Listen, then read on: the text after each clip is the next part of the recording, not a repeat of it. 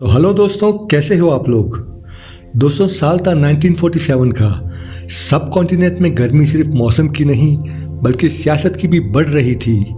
दिल्ली में एक अंग्रेज आदमी ने कदम रखा जिसका चेहरा तो मुस्कुरा रहा था लेकिन उसकी आंखों में कुछ और ही छुपा था। नाम था Lord Louis Mountbatten, British crown का फेवरेट, नेवी का वॉर हीरो और सबसे इम्पोर्टेंट इंडिया का आखिरी वाइसराय। लेकिन दोस्तों, क्या आप जानते हो माउंटबेटन का असली मिशन क्या था? क्या उसने पार्टीशन जल्दी करने का फैसला जानबूझ के लिया? और क्या माउंटबेटन और नेहरू के बीच सिर्फ पॉलिटिक्स का रिश्ता था या कुछ और? आइए जानते हैं एक ऐसे आदमी की कहानी जिसकी एक फैसले ने करोड़ों लोगों की जिंदगी हमेशा के लिए बदल दी।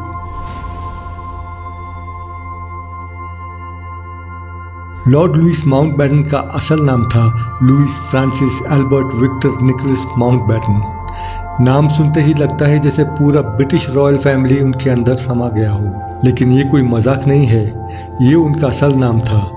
रॉयल फैमिलीज में इतने लंबे और हैवी ड्यूटी नाम आम थे, जितना लंबा नाम उतनी बड़ी लेगेसी। ये जून 25, 1900 को इंग्लैंड में पैदा हुए थे। एक रॉयल नेवी के ऑफिसर और सेकेंड वर्ल्ड वॉर के वक्त उन्होंने एलाइज के साथ कई इंपॉर्टेंट मिशंस लीड किए। उनकी शादी हुई थी एडविना एशली से, जो बहुत अमीर और पॉलिटिकली एक्टिव भी थी। माउंटबेटन किंग जॉर्ज VI के कज़न और प्रिंस फिलिप, जो क्वीन एलिजाबेथ की हस्बैंड बने, उनके अंकल भी थे। उनको 1943 में साउथ ईस्ट एशिया कमांड के सुप्रीम अलाइड कमांडर बना दिया गया और उन्होंने बर्मा में कैंपेन लीड किया। वॉर के बाद उनकी रेपुटेशन इतनी स्ट्रांग थी कि ब्रिटिश क्राउन ने उनको एक और बड़ी रिस्पॉन्सिबिलिटी दी, इंडिया का आखिरी वाइसराय। ब्रिटिश गवर्नमेंट ने 20 फरवरी 1947 को अनाउंस किया कि वो जून 1948 तक इंडिया को आज़ादी देंगे। लेकिन जब माउंटबेटन को मार्च 1947 में इंडिया भेजा गया तो उन्होंने आते ही डेडलाइन को 15 अगस्त 1947 कर दिया। एक साल पहले क्या थी ये जल्दी पार्टीशन की वजह? ये सवाल अब भी लोग पूछते हैं। माउंटबेटन 22 मार्च 1947 को दिल्ली पहुंचे और उनका मिशन था पीसफुल पावर ट्रांसफ़र। लेकिन उन्होंने सिचुएशन को देखते ही समझ लिया कि अगर देर हो गई तो सिविल वॉर हो सकती है।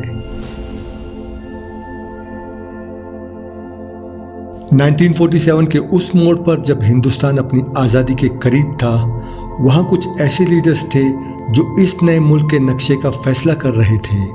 हर एक लीडर का विजन अलग था, हर एक का एजेंडा और हर एक का माउंटबेटन के साथ रिलेशनशिप भी अलग। महात्मा गांधी ने कभी भी पार्टीशन को सपोर्ट नहीं किया।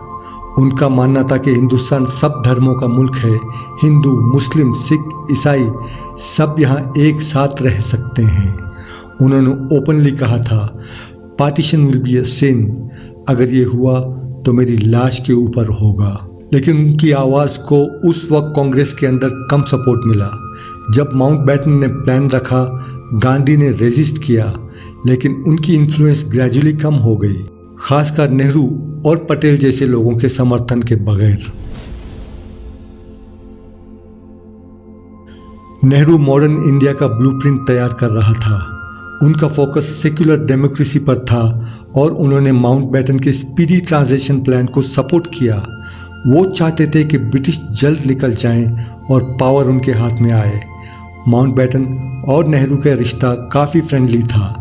कई हिस्टोरियंस का मानना है कि माउंटबेटन उनकी बात ज़्यादा मानते थे। इस वजह से कई फैसले जैसे पार्टीशन का तेज़ी से होना, प्रिंसली स्टेट्स का मर्जर, नेहरू के विजन के अकॉर्डिंग हुए।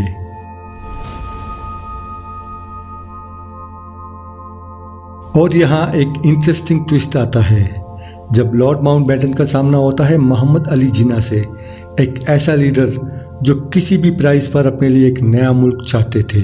जिन्ना के बारे में अगर आप डिटेल में जानना चाहते हैं, उनकी ज़िंदगी, उनकी स्ट्रगल्स, उनकी लव लाइफ, उनका विजन और वो कैसे the man who made Pakistan बन गए, तो मेरी एक डेडिकेटेड वीडियो ज़रूर देखिए। लिंक नीचे डिस्क्रिप्शन और एंड स्क्रीन पे है। इस वीडियो के बाद आप देख सकते हैं। चलिए अब वापस चलते हैं माउंटबेटन के उस फैसले की तरफ जो सब कॉन्टिनेंट की तकदीर लिखने जा रहा था। जिन्ना इनिशियली हिंदू मुस्लिम यूनिटी के सपोर्टर थे, लेकिन कांग्रेस के डिसीजंस और मुस्लिम राइट्स की निगलेक्ट ने उनका पॉइंट ऑफ व्यू बदल दिया। 1940 में लाहौर रेजोल्यूशन के थ्रू उन्होंने पाकिस्तान का आइडिया सामने रखा।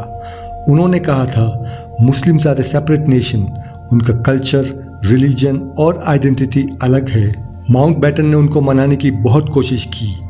एक वक्त तो जिन्ना ने पावर शेयरिंग पर भी सिग्नल्स दिए, लेकिन एंड में उनका रिजॉल्व पक्का था। माउंटबेटन ने कहा Jinnah would rather have Pakistan even if it's a moth eaten Pakistan. Maulana Azad एक लिबरल मुस्लिम थिंकर थे जो पार्टीशन के सख्त खिलाफ थे। उनका कहना था कि मुसलमानों को हिंदुस्तान में ही रहकर अपने हक के लिए लड़ना चाहिए, अलग होकर नहीं। उन्होंने कांग्रेस को वार्न किया, अगर आप जिन्ना की बात मान लेंगे तो ये सिर्फ शुरुआत होगी मुसीबत की, नफरत की और डिवीजन की। उनकी किताबों में लिखा है कि माउंटबेटन ने कांग्रेस लीडर्स पर बहुत प्रेशर डाला कि वो पार्टीशन एक्सेप्ट करें। आज़ाद ने लिखा था कि अगर थोड़ा वक्त दिया जाता तो पार्टीशन अवॉइड हो सकता था। माउंटबेटन ने 3 जून 1947 को माउंटबेटन प्लान अनाउंस किया। इस प्लान के मुताबिक इंडिया को 2 पार्ट्स में डिवाइड किया गया, India under Congress, Pakistan under मुस्लिम लीग। प्लान में ये भी था कि पंजाब और बंगाल के प्रोविंसेस को डिवाइड किया जाएगा based on population majority. Princely states जैसे हैदराबाद, जूनागढ़, कश्मीर के लिए ये डिसाइड किया गया कि वो इंडिया या पाकिस्तान के साथ मिलने का फैसला खुद करें।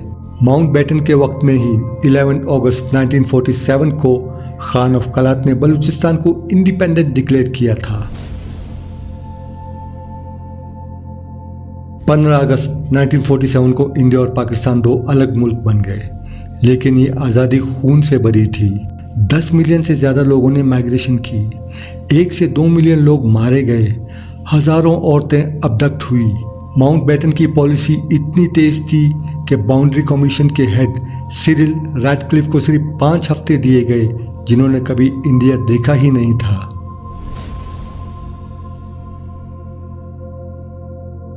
माउंटबेटन ने अगस्त 1947 के बाद इंडिपेंडेंट इंडिया के फर्स्ट गवर्नर जनरल की कैपेसिटी में काम किया। वो जून 1948 में ब्रिटेन वापस चले गए। उनका काम अब भी डिबेट का पॉइंट है। कुछ कहते हैं उन्होंने सिविल वॉर को रोका, कुछ कहते हैं उनकी जल्दबाजी ने बड़ी ट्रेजेडी को जन्म दिया। माउंटबेटन की मौत भी काफ़ी ड्रामेटिक थी। 27 अगस्त 1979 को उनका बोट आयरलैंड के कोस्ट पर एक ब्लास्ट का शिकार बना, जिसका responsibility IRA Irish Republican army ने लिया था।